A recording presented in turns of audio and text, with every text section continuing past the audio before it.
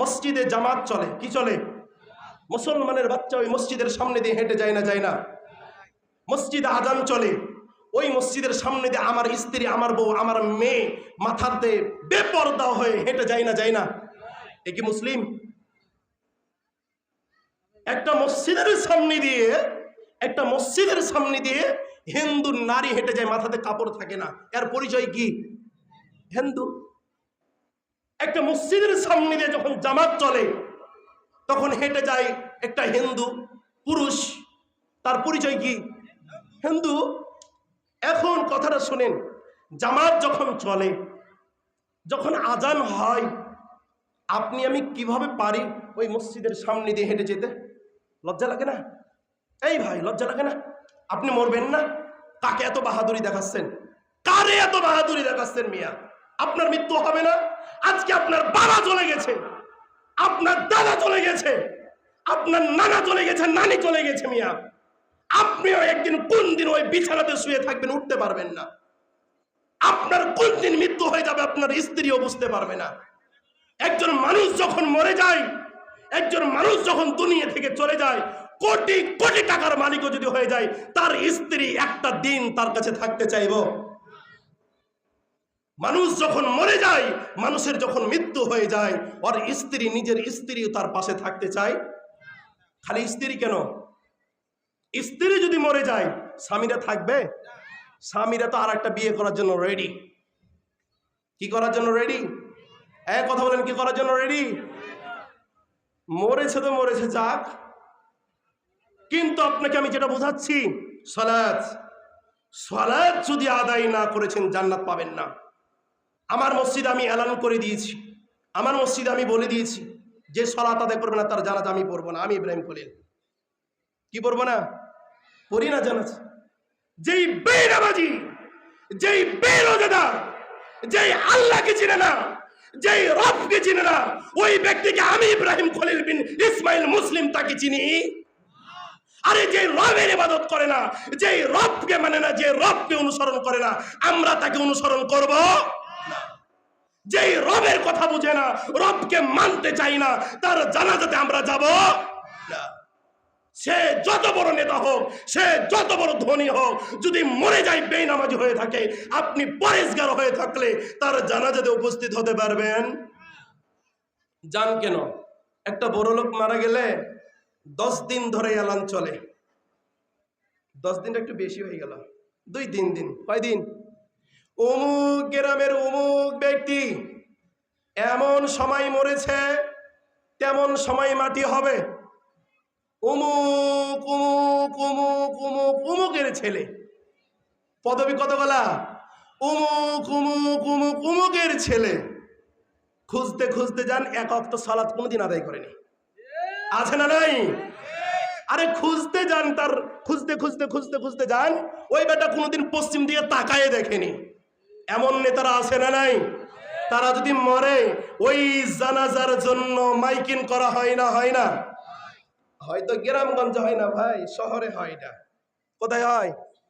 শহরে। সেই মাইকিং যেভাবে আপনারা তাফসিরের জন্য প্রচার করেন, ঠিক এভাবে কিন্তু মাইকিং করা হয়। তো এটা কি জায়েজ? এটা কি করা যাবে? আরে মরেছে তাকে মাটি দিয়ে দাও। কিন্তু আপনাকে যেটা বলছিলাম, যদি বেনামাজি হয়ে মারা যান, যদি সালাত আদায় না করেন, যদি মসজিদে না যান, যদি রবের ইবাদত না করেন, আল্লাহ রাসূল সাল্লাল্লাহু আলাইহি সাল্লাম বলছেন, সে মরেছে তাকে রেখে দাও। সে মরেছে তাকে গরু, শিয়াল, বিলায়ের মতন তাকে চালিয়ে ফেলে দাও বন জঙ্গলে, কুকুরে কুত্তাতে কাটা খেয়ে নেবে, তাকে মাটি দিতে হবে। নাউজুবিল্লাহ বলেন না? এই বেটা, যেই সালাত আদায় করে না তার আবার কিসের জানাজা? বেটা যেই কোনোদিন আল্লাহর জন্য সালাত আদায় করতে পারেনি, ওই বেটা যদি মূর্খ নাদান যদি মারা যায়, ওই নাদান যদি মারা যায়, ওই বেটার জন্য আমরা সালাত আদায় করব? কথা আমার বুঝতে পারছেন না? যে আমার রবের জন্য সালাত আদায় করে না, কার জন্য সালাত আদায় করে না? কথা বলেন, কার জন্য সালাত আদায় করে না? যেই ব্যক্তি রবের জন্য সালাত আদায় করে না, যেই আল্লাহকে সন্তুষ্ট করার জন্য সালাত আদায় করে না, ওই ব্যক্তি যদি মারা যায়, সালাত কি তার জন্য আদায় করা যাবে? জানাজাতে যান কেন? নিজের বাবা, কার বাবা? নিজের বাবা যদি মরে যায়, আর নিজের বাবা যদি সালাত আদায় করে না থাকে, নিজের বাবা যদি সালাত আদায় করতে না এসে থাকে, ওই নিজের বাবার জানাজাতে উপস্থিত হওয়া যাবে না। দলিল রাসূলুল্লাহ সাল্লাল্লাহু আলাইহি সাল্লাম। কি রাসূলুল্লাহ সাল্লাল্লাহু আলাইহি সাল্লাম কি দলিলটা কি তাহলে দেখেন। রাসূলুল্লাহ সাল্লাল্লাহু আলাইহি সাল্লাম আল্লাহকে বললেন, কাকে বললেন? আল্লাহকে, যে ইয়া আল্লাহ, এ রব, আমি আমার বাবার কবরটা জিয়ারত করতে যেতে পারি? জিয়ারত মানে বুঝেন তো কি? আল্লাহুম্মা আমিন ইয়া রাব্বুল আলামিন। হুজুর বলে না, বলে না? যার বাবা মরে সে কাঁদে না, হুজুরই কেঁদে শেষ। আছে না নাই এমন হুজুর গো? আপনাদের দিকে নাই, আমাদের দিকে আছে। গাজীপুরে বেশি পীর আছে। কি আছে? পীর আছে, এটা জানি। উরস হয়, উরস বুঝেন আপনারা? না, বেশিরভাগ মানুষই উরস বুঝে না। কারণ আমাদের চাঁপাইনবাবগঞ্জের বেশিরভাগ মানুষ আলহামদুলিল্লাহ এগুলোর ভিতরে কি নাই, যুক্ত নাই। কিন্তু গাজীপুরের মানুষ উরস কি জিনিস ওদেরকে না বলে তাহলে উ শব্দটা যে উচ্চারণ করেন ওরা উরস বলে ফেলবে। জানেই যে উরস একটা মজার জিনিস। তো প্রিয় ভাইরা আমার, যে কথা বলছিলাম, যে বাবার কবরের পাশে যে কান্না করে কে? হুজুর কান্না করে। অথচ হুজুর এই দৃষ্টিকে তার বাড়িই না। কান্না করলে কয় টাকা পাবে? 10,000 না, 500 টাকা পাবে। আরে মিলাদ পড়াই না, মিলাদ পড়াই না। আমি মিলাদের পক্ষে বিপক্ষের কথা বলছি না, বাট হুজুরেরা কি করে সেটা আমি আপনাকে বলছি। হুজুরেরা বাবার কবরে যাওয়ার পর সন্তান দাঁড়িয়ে থাকে। কে দাঁড়িয়ে থাকে? 2-3টা সন্তানও আছে তার, যার বাবা মারা গেছে। সন্তানেরা হাত তুলেছে, হুজুরও হাত তুলেছে। হুজুর এমন ভাবে দোয়া করতে করতে কান্না করা শুরু করে দিয়েছে। ওই সন্তান খালি খুশমুস, কখন হুজুর দোয়া ছাড়বে, কখন বাড়ি যাব, এমন সন্তান আছে না নাই? আছে। প্রিয় ভাইরা আমার, যে কথা আপনাকে বলতে চাচ্ছিলাম, যে কথা আপনাকে আমি বোঝাতে চাচ্ছিলাম, সালাত কি আদায় করা যাবে? আবার বলেন, করা যাবে?